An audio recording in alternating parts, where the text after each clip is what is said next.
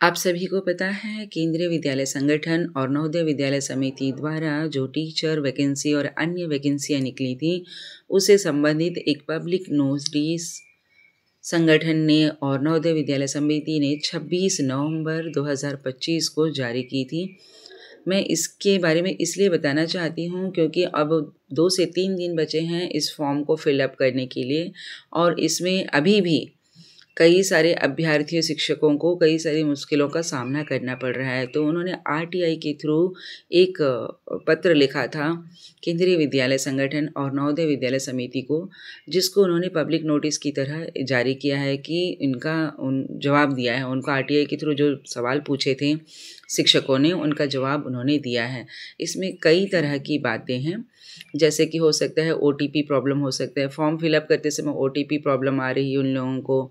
उसके बाद सीजीपीए संबंधित कुछ चीज़ें हैं और कई लोगों की बात ऐसे बताई जा रही है कि फॉर्म फिलअप हो ही नहीं पा रहा है, चाहे वो सिटी के बारे में हो, सिटी सिलेक्शन के बारे में हो या अन्य कई सारी बातें हैं जैसे फ़ीस को लेकर हो। अभी हुआ क्या है कि नवोदय विद्यालय समिति और केंद्रीय विद्यालय संगठन ने पहली बार एक साथ नोटिफिकेशन जारी की थी। अब इसमें कुछ चीज़ें हैं केवीएस और एनवीएस की कि कुछ नॉर्म्स केवीएस के शिक्षकों के पास है, एनवीएस कुछ और नॉर्म्स कुछ चीज़ों में थोड़ी बहुत जो है ऊपर नीचे की बातें हैं, उनको जो है भरते समय थोड़ी सी दुविधा हो रही है। जैसे हमने देखा कि हिंदी की पोस्ट केवीएस में जीटीटी में एसटी पोस्ट में है ही नहीं, अब एनवीएस ने दिए हैं, तो इन लोगों के पास चॉइस सिर्फ एनवीएस रह गई है। तो इस ऐसी चीज़ों का सामना उनको करना पड़ रहा है। तो सीबीएसई ने एक बिल्कुल इसको मॉनिटर कर रहा है और बिल्कुल रेगुलरली मॉनिटर कर रहा है और वो उन्होंने बताया कि 14 नवंबर को जब ये फॉर्म फिलअप शुरू हुई तब से लेकर ये 26 नवंबर के ये जो पब्लिक नोटिस जारी करने तक का 11 लाख कैंडिडेट ने इस फॉर्म को भर दिया है। यानी उनको बिना किसी टेक्निकल इशू के इस फॉर्म को भरने में कोई समस्या नहीं आई है। लेकिन कुछ शिक्षक ऐसे भी हैं जिनको ये फॉर्म भरने में कई सारी टेक्निकल इश्यूज आ रहे हैं, उनके फॉर्म सबमिशन नहीं हो रहे हैं या उनके पैसे नहीं कट रहे हैं और ओटीपी नहीं आ रही है और भी बहुत सारी चीज़ें हैं जो उनको सामना करना पड़ रहा है, रिफ़ंड हो जा रहा है। तो ऐसे में इन शिक्षकों को कई सारी समस्याओं का सामना करना पड़ रहा है जो भी इनको भर रहे हैं, क्योंकि ये जो सुनहरा अवसर है यह अवसर कोई नहीं छोड़ना चाहेगा। तो उन्होंने जो मेजर इश्यूज़ इसमें आरटीआई के थ्रू पूछा है, उस आरटीआई थ्रू में एक ही चीज़ बताया उन्होंने कि बहुत सारे ऐसे चीज़ें हैं, ठीक है, ड्रॉप डाउन है जो क्वालिफ़िकेशन रिलेटेड हो या उनके हर एक पोस्ट को लेकर कुछ बातें होती हैं। जैसे कि मान लीजिएगा किसी को 2-3 पोस्ट में भरना है, लेकिन उसमें क्या हो रहा है कि वो लोग जो फॉर्म भर रहे हैं उस फॉर्म में कुछ पोजीशंस ऐसे हैं, कुछ टिक आउट ऐसे हैं, मार्क्स ऐसे हैं जो उनको ये फॉर्म अलाउ नहीं कर रहा है। तो ऐसे में उनको कई सारी समस्याओं का सामना करना पड़ रहा है। ऐसे में उन्होंने केवीएस और एनवीएस को आरटीआई के थ्रू इन सारी बातों को रखा था और बहुत लंबा चौड़ा है, इसमें 34 पेज के हैं। इसमें इन सारी बातों को रखते समय उन्होंने यही पूछा है कि ऐसे में उनके पास क्या ऑप्शन रह जाता है या उनके लिए क्या सुविधाएं हैं। तो ये सारी बातों को उन्होंने रखा और उन्होंने प्रॉपर जवाब भी दिया है। संगठन की ओर से, समिति की ओर से उनके लिए एक जवाब भी जारी की गई है। और देखिए यहाँ पे लिखा है, देखिए केवीएस और NVS there is a slight differences in a qualification even the post name.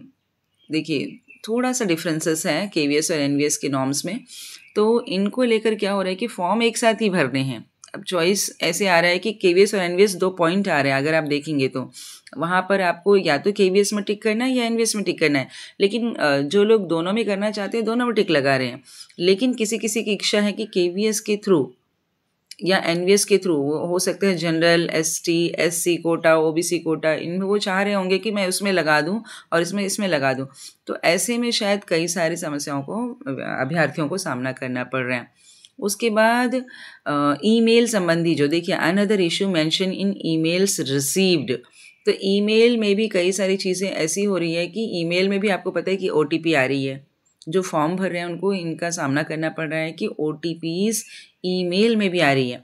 तो ईमेल में जो है ये आ रहा है कि तुम्हारा ट्रांजैक्शन फेल हो गया है, ठीक है। तो ये जो रिफंड फेल ट्रांजैक्शंस की आ रही है, और आप देख रहे हैं कि जो सीरियल नंबर 16 है ना, सीरियल नंबर 16 में जो सिटी अलॉट किया गया है तो उसमें भी कई सारी चीज़ें उन्होंने बोला है।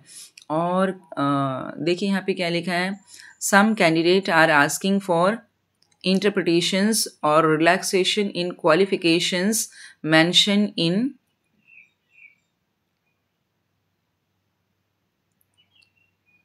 the notification. In this regard, the candidate are informed that qualification,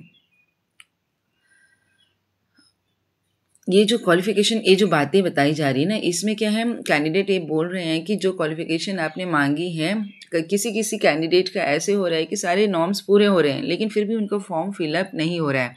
और इन्होंने जो एग्ज़ाम का, और भी कई सारी चीज़ें हैं, तो इन्होंने जो फॉर्म फिलअप करते समय वो नॉर्म्स को पूरे कर रहे हैं, फिर भी फॉर्म फिलअप नहीं हो रही है।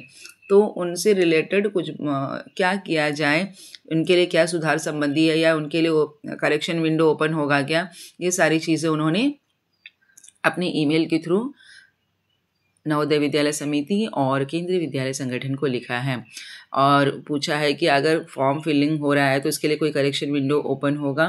तो प्रॉपर इस तरफ का जो कॉर्डर है वहाँ पर केंद्रीय विद्यालय संगठन और नवोदय विद्यालय समिति द्वारा एक उनके लिए जवाब रखा गया है कि correction will not be open. उन्होंने साफ कर दिया है कि करेक्शन विंडो ओपन नहीं होगा।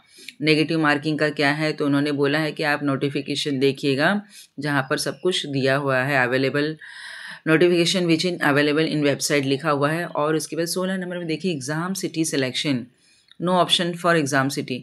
तो उन्होंने बोला है कि एग्ज़ाम का कोई सिटी सिलेक्शन नहीं है, will be allotted by system. उन्होंने जवाब दिया है कि ये सिस्टम को अलॉट कर दिया गया है। तो ऐसे देखिए 16 पॉइंट्स अगर कैंडिडेट को भरने में मुसीबत आ रही है जो भी है, तो उसमें इन लोगों ने अपनी बातों को रखा है और उन्होंने बिल्कुल जवाब दिया है। तो ये इसके लिए एक ही सॉल्यूशन है कि आप सब